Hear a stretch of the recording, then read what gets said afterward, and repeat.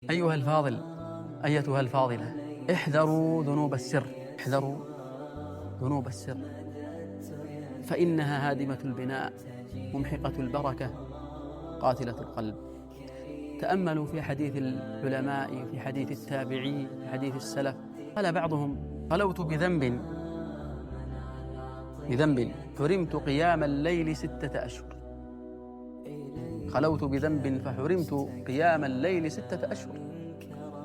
فيا عبد الله، يا أمة الله، هل سألت نفسك لما لا تخفي في الصلاة؟ لما لا تخشع في التلاوة؟ لما لا يستجاب دعاؤك؟ ولما هذا الضيق في الرزق والكدر في الحال والنفور من الطاعة؟ فما سألت نفسك لما هذه الأشياء وهذه الأعمال تصبح عندك هكذا؟ الإجابة إنها الذنوب في الخلوات، الذنوب في الخلوات.